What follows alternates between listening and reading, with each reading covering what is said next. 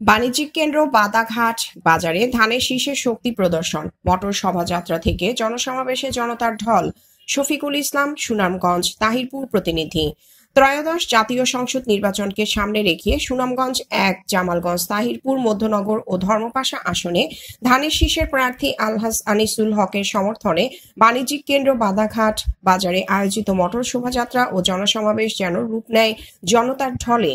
লাগারে লাগা ধান লাগা ধ্বনিতে মুখরিত ছিল পুরো বাজার এলাকা। শুক্রবার ২৮ নভেম্বর বিকেলে বাদাঘাট ও উত্তর বড়দল ইউনিয়ন বিএনপি ও সহযোগী সংগঠনের উদ্যোগে পথসভা দিয়ে শুরু হওয়া এই আয়োজন কিছুক্ষণের মধ্যেই এক বিশাল গণসমাবেশে পরিণত হয়। মানুষের ঢল নামায় পথসভাটি প্রচলিত সীমা ছাড়িয়ে রাজনৈতিক শক্তি প্রদর্শনের অন্যতম বড় জমায়েত রূপ নেয়। সভায় সভাপতিত্ব করেন বাদাঘাট ইউনিয়ন বিএনপির সভাপতি মোহাম্মদ নজরুল ইসলাম এবং সঞ্চালনা করেন আবুল কালাম আজাদ। সমাবেশের প্রধান অতিথি ছিলেন সুনামগঞ্জ ১ আসনে ধানের শীষের মনোনীত প্রার্থী ও তাহিরপুর উপজেলা পরিষদের সাবেক চেয়ারম্যান আলহাজ আনিসুল হক। মঞ্চে উপস্থিত ছিলেন জেলা বিএনপির আহ্বায়ক কমিটির সদস্য আবুল কালাম আজাদ, রাখাব উদ্দিন, গোলাম নূর, বেলায়েত হোসেন সহ ছাত্রদল, যুবদল, স্বেচ্ছাসেবক দলের নেতৃবৃন্দ। খালেদা জিয়া ভালো থাকলে দেশের মানুষ ভালো থাকবে, আবেগ ঘন বক্তব্য আনিসুল হকের।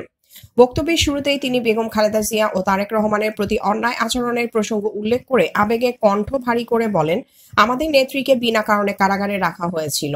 তারেক রহমানও অযাচিত নির্যাতনের শিকার হয়েছেন, তবু তারা দেশ ছেড়ে পালাননি, কারণ তাদের হৃদয়ে রয়েছে দেশের মানুষ। তিনি বেগম খালেদা জিয়ার সুস্থতা কামনায় দোয়া চান এবং সমাবেশ স্থলে উপস্থিত হাজারো মানুষকে ধানের শীষের পক্ষে ভোট দিয়ে বিজয়ী করার আহ্বান জানান।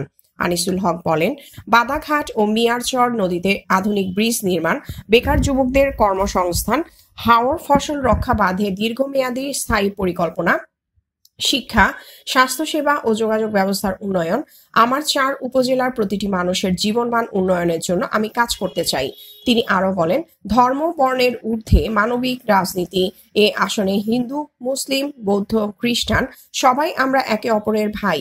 আমরা ধর্ম বর্ণ নয়, মানুষের কল্যাণকে গুরুত্ব দিয়ে রাজনীতি করি। তারেক রহমান ঘোষিত রাষ্ট্র সংস্কারের ৩১ দফা জনগণের কাছে পৌঁছে দিতে সাংবাদিকদের সহযোগিতাও কামনা করেন তিনি। আমরা এই যে আনিসুল সাহেবের এই দানের মতন পাইয়া আমরা এই যে এই ২-৩ জানা বহুত খুশি হয়েছি। আমরার জীবনে কোনো এমপি আমাদের এই ২-৩ জানার মাঝে নাই। এই যে এমপি পাইছি, আমরা মরিবাসী সবাই মিললে আমরা এই তাহিরপুর থানার মাঝে এমপি রাখতাম চাই। সুনামগঞ্জ ১ আসন দানের শীষের আসন, এটা বরাবরই এই দানের মানুষই বেশি। জনাব আনিসুল হককে কাঠ পাওয়াতে জনগণ উৎসাহিত, আনন্দিত, কেন উনি জনবান্ধব কর্মী মনে করেন। এখনো উনি নেতা, কেন্দ্রীয় নেতা, কিন্তু নিজেকে কর্মী হিসাবে জনগণের পাশে ১৭ বছর ছিলেন, যত দুর্দিনেও তিনি ছিলেন, এখনো আছেন এবং ভবিষ্যতে থাকবেন। এই জন্য মানুষ খুব আনন্দিত এবং দানের শীষের পক্ষে সব এক হইয়া আনিস ভাইকে জয়যুক্ত, বিপুল ভোটে জয়যুক্ত করবে। বাংলাদেশ জাতীয়তাবাদী দল বিএনপি সুনামগঞ্জ ১ আসনের মনোনীত প্রত্যাশী জনাব আনিসুল হক সাহেবকে যে দানের শীষ দিয়েছেন দেশ নায়ক জনাব তারেক রহমান সাহেব, এখানে পথসভা ছিল, পথসভা থেকে জনসভায় না এখানে জনসমুদ্রে পরিণত হয়েছে। ইনশাল্লাহ আগামী দিন এখানে বিজয় নিশ্চিত হবে। দানের শীষ আনিস ভাইয়ের দানের শীষ, তারেক রহমান। বাংলাদেশ জিন্দাবাদ, বাংলাদেশ জাতীয়তাবাদী দল বিএনপি জিন্দাবাদ।